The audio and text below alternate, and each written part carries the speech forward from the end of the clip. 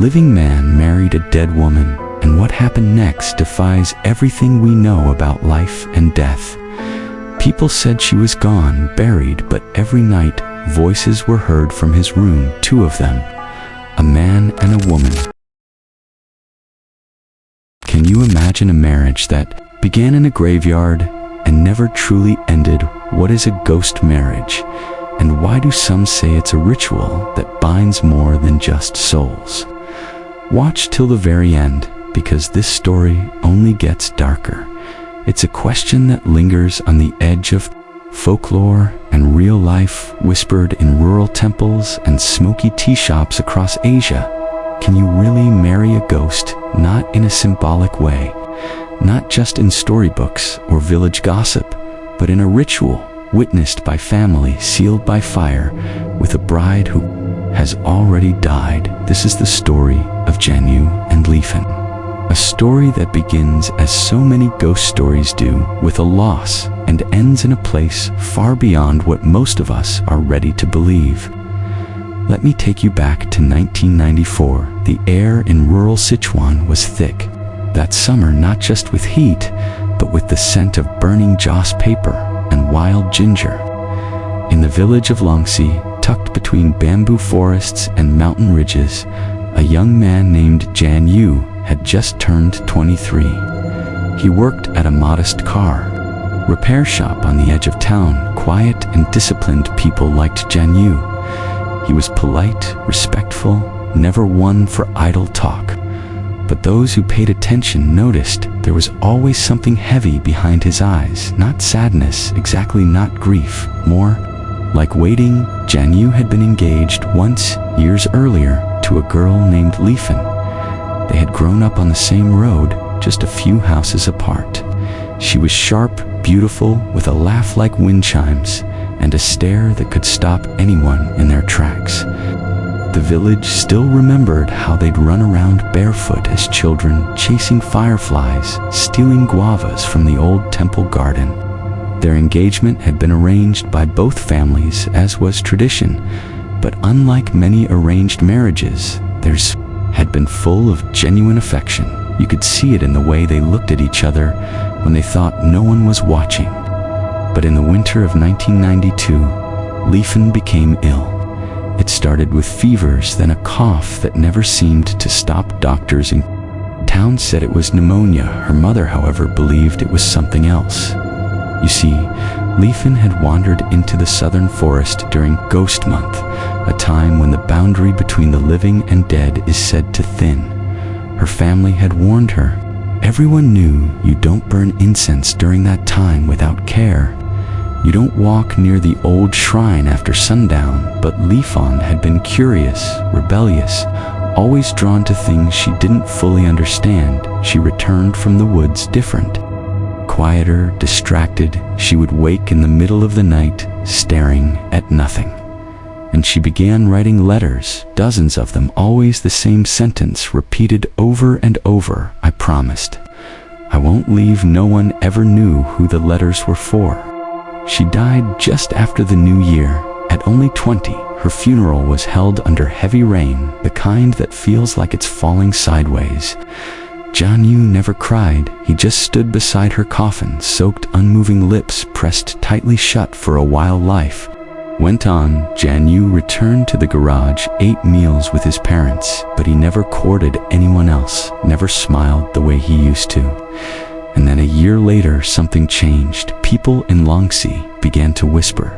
It started with Lifan's mother, who claimed she saw Jianyu at the cemetery in the dead of night, placing red cloth over her gravestone, a wedding color. A week later, a neighbor heard the sound of wedding drums in the early morning hours, but only faintly and only once. Then came the smell, sweet osmanthus and burned sandalwood, the scent of a wedding altar.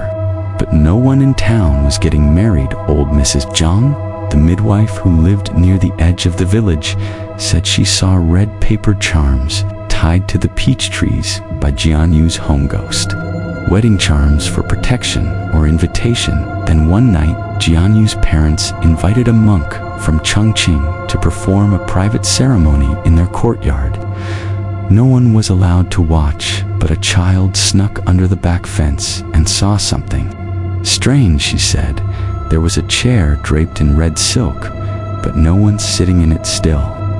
The monk bowed to it, offered tea to it, and whispered things in a dialect. The girl didn't understand when questioned. Jianyu's father claimed it was for peace, but the villagers weren't convinced. A week later, Lifen's old room was cleaned out. Fresh bedding, 2 teacups, a mirror turned to face the wall. And Jianyu began to speak to someone no one else could see. In the mornings, he would set out 2 bowls. For breakfast, once his neighbor caught him on the porch, brushing aside someone's hair with a gentleness that chilled the spine. But there was no one there one night. A cousin visiting from Chengdu knocked on his door. He swore he saw a woman's silhouette pass behind the curtain, but when Jianyu opened the door, he was alone. "Are you living with someone?" the cousin asked, trying to sound casual. Jianyu just smiled soft and strange. "I'm married," he said. "She came back like she promised." At first, everyone thought grief had finally broken Jianyu, that this was just sorrow stretched too long, taking strange shapes in his mind. But then things began to shift in ways no one could explain. There were signs, old quiet ones, the kind that don't scream but unsettle. Neighbors would hear low murmurs coming from Jianyu's room at night, like a conversation, always to voices, one unmistakably his, the other lighter female. But when someone knocked or called out, the voices stopped. One afternoon, Mrs. Zhang, the same midwife who saw the wedding charms, passed Jianyu's house and froze, because in the reflection of his front window, she saw 2 people, a man and beside him, a woman in a red kipao, the traditional wedding dress. Her face was turned just enough to see the long black hair and pale skin. But when Mrs. Zhang turned to look directly, there was only Jianyu's suit in alone. She never walked past his home again. Word eventually reached the town elders, and one of them, a distant uncle of Jianyu's, finally confronted him. "You've done a ghost marriage," he said, not as a question. Jianyu nodded calmly. "Lifen and I were promised," he said. "She didn't leave, she waited for me." The elder tried to explain the danger. Ghost marriages, or Minghan, are not toys in many parts of China. They are real and deeply rooted. Sometimes they're arranged between 2 deceased people to settle restless spirits.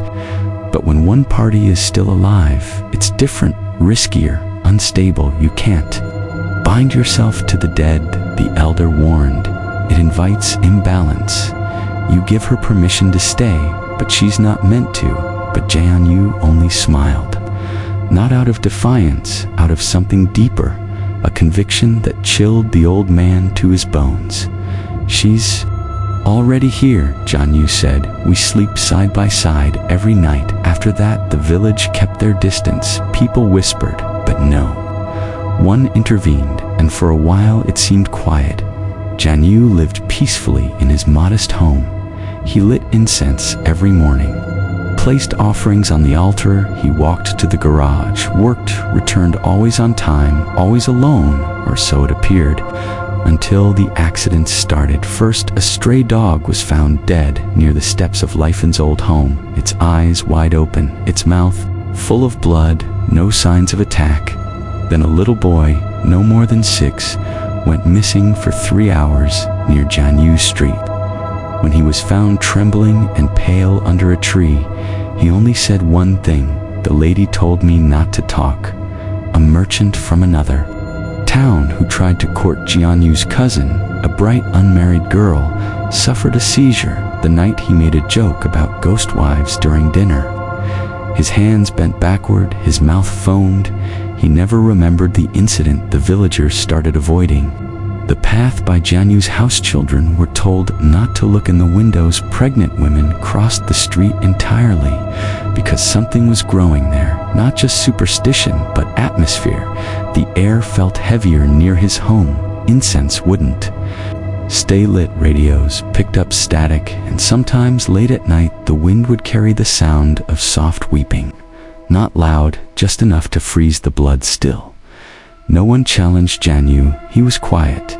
He seemed content until one day in the spring of 1996, Jianyu vanished. His garage boss said he didn't show up for work.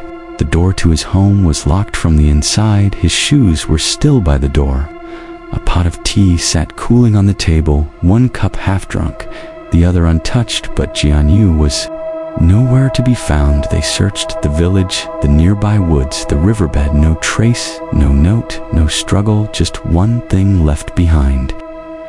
On the floor of his bedroom, laid carefully on red silk, was an old photograph, a faded image of Jianyu and Lifan.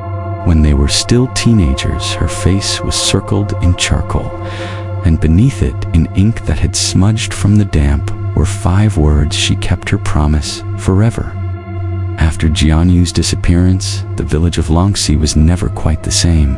His house stood untouched for weeks, out of fear, out of respect. No one could be sure. People crossed the street to avoid, walking too close. Even birds seemed to avoid nesting on the roof. Eventually, the local police were called. 2 officers came from the district, young, skeptical men with city accents and no patience for ghost stories. They didn't speak to the villagers. They didn't file a full report. One of them was seen vomiting behind the mulberry tree.